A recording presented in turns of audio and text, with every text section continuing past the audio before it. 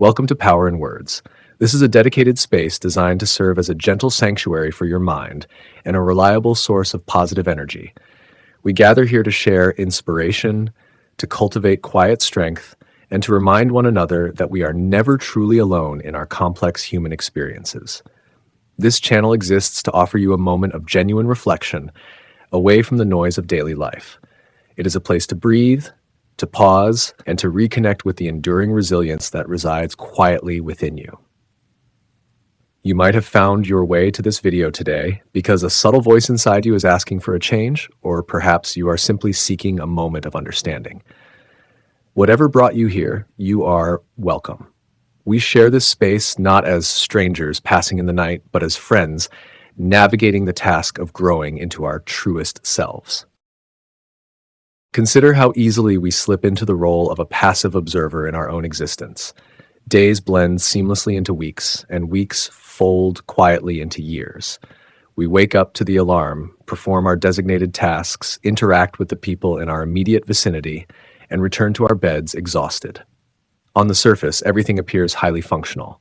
We smile at the appropriate times and say the expected things. Yet, beneath this veneer of competence, there is often a quiet, persistent ache. It is the realization that we are merely drifting on currents dictated by circumstance, societal expectations, or the unexamined habits we formed years ago. We feel less like the author of our own story and more like a character moved across a stage by an unseen hand. This drift is rarely intentional. It happens incrementally.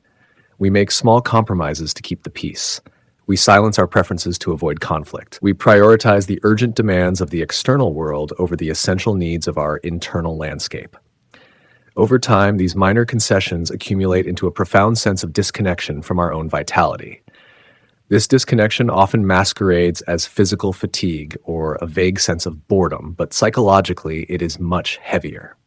It is the weight of unlived potential. When we operate solely on autopilot, we abandon the creative spark that gives human life its unique texture and meaning. We begin to view ourselves as fixed entities, defined entirely by our past mistakes, our current professional titles, or the limitations others have projected onto us. The human mind, constantly seeking efficiency and safety, builds a narrative that reinforces this static identity. It tells us that this is simply the way things are. We begin to believe true vitality is reserved exclusively for other people, for those who seemingly possess an innate confidence or advantageous circumstances that we lack. The digital spaces we inhabit daily exacerbate this sense of lack. We scroll endlessly through streams of carefully curated achievements and polished milestones, silently absorbing the devastating illusion that everyone else has figured out a secret formula to existence that continues to elude us entirely. It is precisely in this space of quiet resignation that the wisdom of existential psychology offers a vital lifeline. The eminent psychologist Rollo May articulated a truth that has the power to fundamentally alter our relationship with ourselves. He observed that freedom is not merely the absence of external constraints, but rather man's capacity to take a hand in his own development. This is a radical redefinition of what it means to be free. It suggests freedom is not a physical destination we arrive at, nor is it a status granted to us by an external authority. It is an active, ongoing, internal capacity. It is a psychological muscle that must be intentionally exercised. It is the deeply personal responsibility to engage with the raw material of your own character and intentionally shape the direction of your own growth. Taking a hand in your development means stepping out of the passive passenger seat and placing your hands firmly on the steering wheel, even when the road ahead is obscured by fog and the final destination is not entirely clear. Embracing this specific kind of internal freedom is inherently terrifying. When we truly realize we are actively participating in the creation of our own identity, we simultaneously lose the comforting, albeit painful, shield of victimhood. We can no longer blame our prolonged dissatisfaction entirely on our upbringing, our restrictive environment, or our general lack of luck. The philosopher Søren Kierkegaard astutely recognized this universal human phenomenon when he described anxiety as the dizziness of freedom. Imagine looking down into the vast, open space of your own unfulfilled potential. You realize, perhaps for the first time, that the choice of the path ahead belongs entirely to you. The sheer magnitude of that responsibility can induce a kind of psychological vertigo. We become dizzy with the stark realization that the quality of our inner lives is ultimately in our own hands. Because of this overwhelming anxiety, many of us unconsciously choose to retreat. We retreat safely into the familiar cage of our old, self-defeating habits, because the bars of that cage, while undeniably restrictive, are at least predictable. We know exactly where the boundaries lie. The pain of remaining stagnant is a highly familiar ache, whereas the pain of growth is a terrifying, vast unknown. This psychological retreat is heavily guarded by the fear of failure and the pervasive, chilling shadow of self-doubt. The moment we attempt to take a genuine hand in our development, the internal critic immediately raises its familiar voice. It questions our audacity. It cynically asks who we think we are to attempt something new, to demand better treatment from others, or to pursue a life that genuinely reflects our deepest personal values. We experience an intense friction within our own identity. We feel almost fraudulent, like strangers in our own lives, for even attempting to construct a healthier, more resilient version of ourselves. This psychological resistance is entirely normal. It is crucial to understand that it is not a sign that you are on the wrong path. Rather, it is definitive proof that you are finally pushing forcefully against the rigid boundaries of your established comfort zone. The human brain perceives any significant change as a potential threat to your survival, even if that change is overwhelmingly positive and necessary. Therefore, your goal is not to entirely eliminate this fear. Waiting for the complete absence of doubt before taking meaningful action is a guarantee of permanent paralysis. The realistic goal is to acknowledge the fear, understand its ancient protective origin, and gently but firmly decide to move forward anyway. Taking a hand in your own development rarely looks like the dramatic, sweeping montages we often see depicted in cinema or social media narratives. True psychological growth is deeply unglamorous and exceptionally quiet. It is not about waking up one morning and entirely reinventing your personality, abruptly abandoning your entire life structure, or achieving sudden enlightenment. It is about the quiet, deliberate micro-choices you make in the highly ordinary moments of your average day. It is the conscious, difficult pause you take before reacting habitually out of anger or defensiveness. It is the simple decision to drink a glass of water and rest when your physical body is exhausted, instead of pushing yourself into further depletion just to meet the relentless demands of the world around you. It is the immensely courageous act of setting a small, firm boundary with a person who consistently drains your vital emotional reserves. These seemingly insignificant moments are the actual crucible of human transformation. Each time you consciously choose a different response to a familiar trigger, you begin the quiet, cumulative work of rewiring your brain's pathways. You actively take a hand in your development. You prove to yourself through concrete action rather than mere conceptual thought that you are no longer a helpless captive to your historical behavioral patterns. This level of active, daily participation requires a remarkably solid foundation of radical self-compassion. We fundamentally cannot shame ourselves into lasting, meaningful evolution.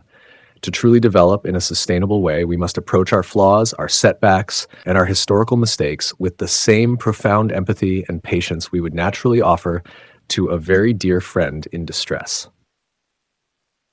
The renowned psychologist Carl Rogers articulated this dynamic beautifully when he noted a highly curious paradox in human behavior. He found through years of clinical observation that it is only when we accept ourselves exactly as we are right now that we can finally begin to genuinely change. This means honestly acknowledging your current limitations, your deep-seated fears, and your unhealed emotional wounds without attaching a heavy moral judgment to them. You are not a fundamentally flawed or broken human being simply because you struggle with daily anxiety, chronic procrastination, or a deep-seated fear of romantic rejection. You are simply a complex human being who has adapted in highly specific ways to survive in a challenging and often painful world. Acceptance does not mean passive resignation or giving up. It means clearly and bravely seeing the absolute reality of your starting point, so that you can navigate forward effectively.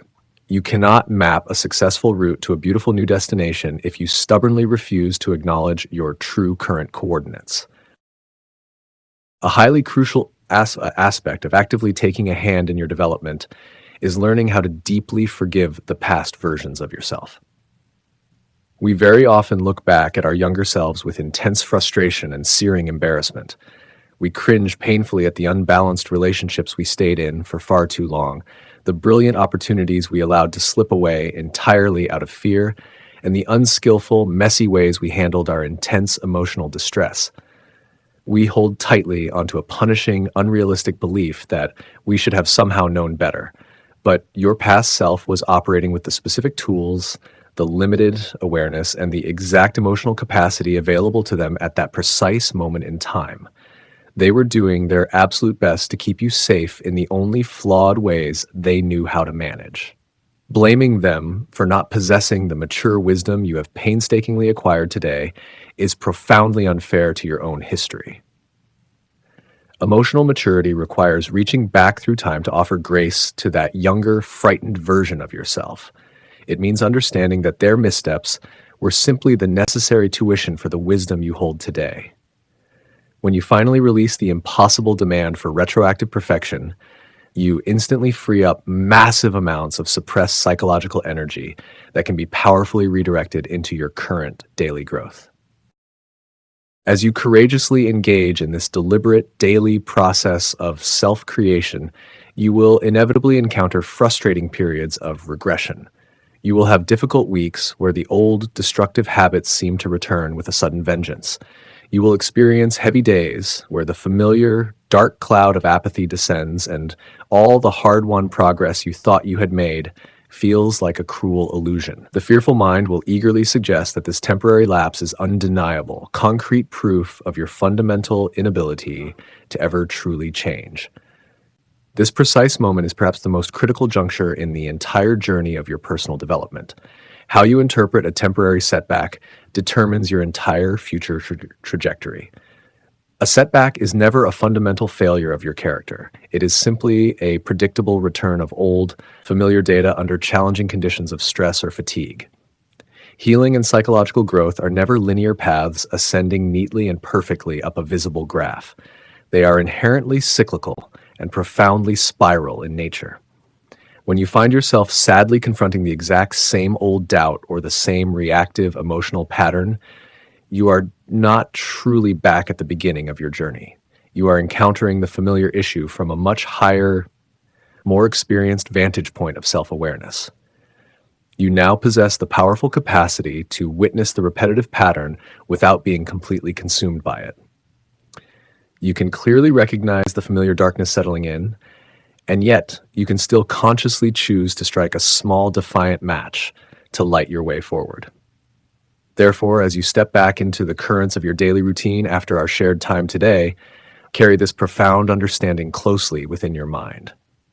Do not be intimidated by the immense magnitude of the inner work ahead. You do not need to figure out the entirety of your future path by tomorrow morning. You only need to take gentle responsibility for the very next small step. When heavy doubt inevitably clouds your vision again, return quietly to the fundamental truth of your own established resilience. You have already survived every difficult, overwhelming day you have ever faced in your history. It is absolute evidence of a formidable inner strength that you can now consciously harness for your own benefit.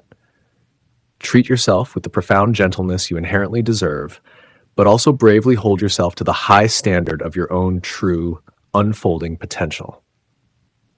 Remember always that your life is never a predetermined script waiting to be dutifully recited, but rather a vast, unmapped territory waiting to be explored by your conscious intention.